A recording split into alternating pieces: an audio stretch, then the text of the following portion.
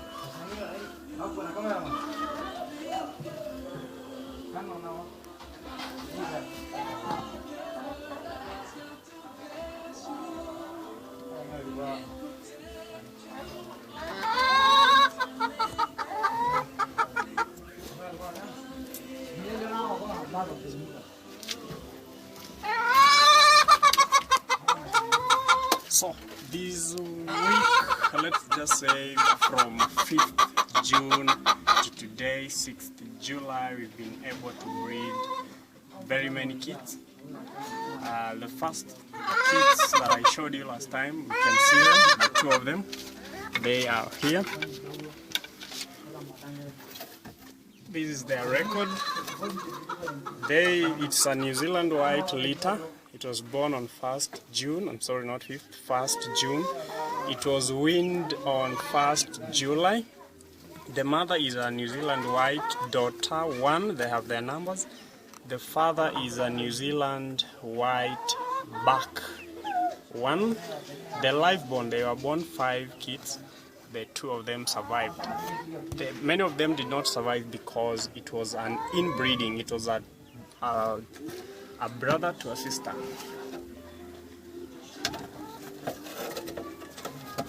They are here, 2 of them. They weigh almost 1 kilogram in a month. They are 1 kg each.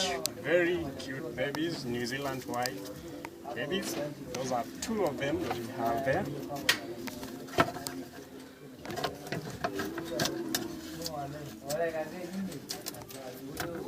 Then here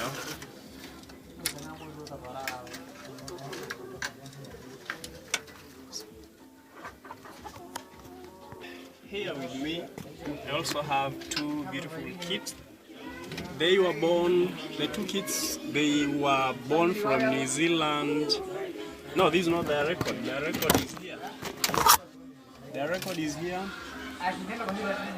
It's a New Zealand white litter. It was born on 19th June. Live born is unknown because this was a new doe. I brought her in, and when she gave birth out of the litter box. The ones which survived were only two. They will be weaned. The due weaning is on 18th July this month. The doe serving is pending. It's not going to be served because it was sick and it was definitely slaughtered. So it's not. I sold it out as meat. So it's not here because it was sick. I did not. It was supposed to be served after 15 days. So the beautiful kids are here. You may wonder where they're going to get milk. I have given them a foster mother who is breastfeeding them. These are the two New Zealand white kids that I have with me. I have given them a foster mother. Their foster mother is at the end. That is their mother now.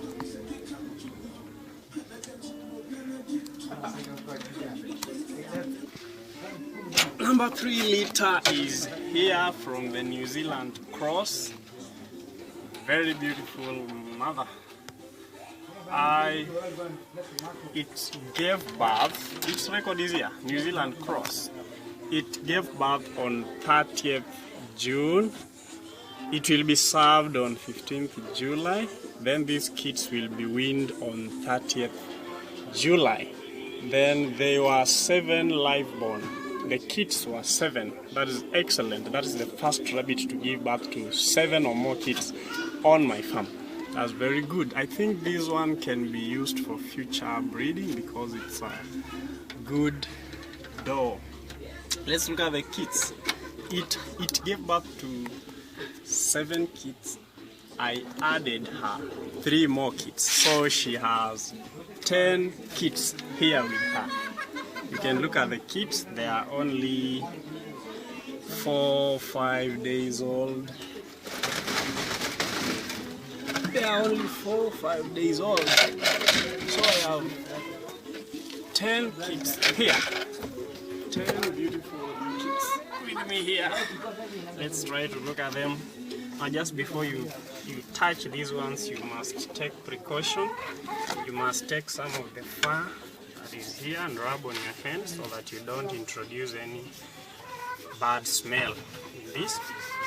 Then you can touch them, you can look at them and see how they are. These are the foster kids. I brought in these 3 from another mother who was first time giving birth for the first time, so she could not take care of them. And I have 7 kids from her. So we have 1, 2, 3, 4, 5, 6, 7, 8, 9, 10 kids, 10 beautiful kids with me here.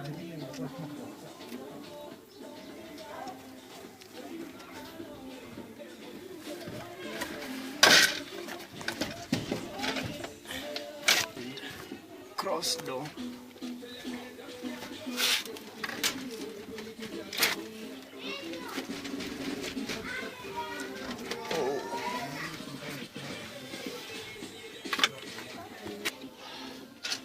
Then the litter number 4 is New Zealand white doe. You can see her clearly. New Zealand white doe. This is the mama rabbit who has been here for the past 10 months. She's been here for the past 10 or 8, 9, 10 months. Since last year, October, she's given birth very many times. I love her so much. She has a litter which I just put the record here today.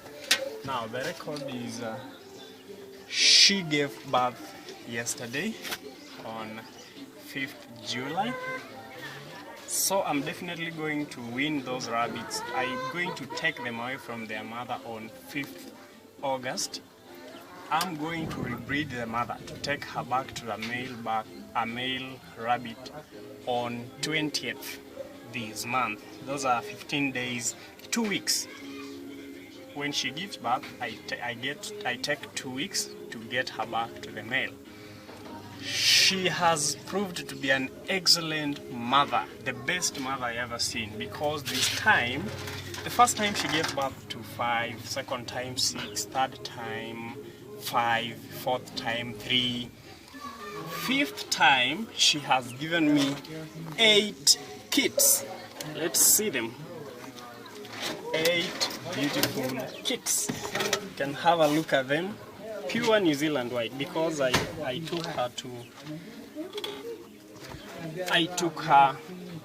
a male, a New Zealand white male. So they're just like 10 hours old. They're very young.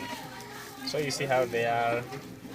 8 beautiful kids. You can count them. I forgot to do the necessary. I'm supposed to do these first before I just touch them. Then I throw these away. You look at them.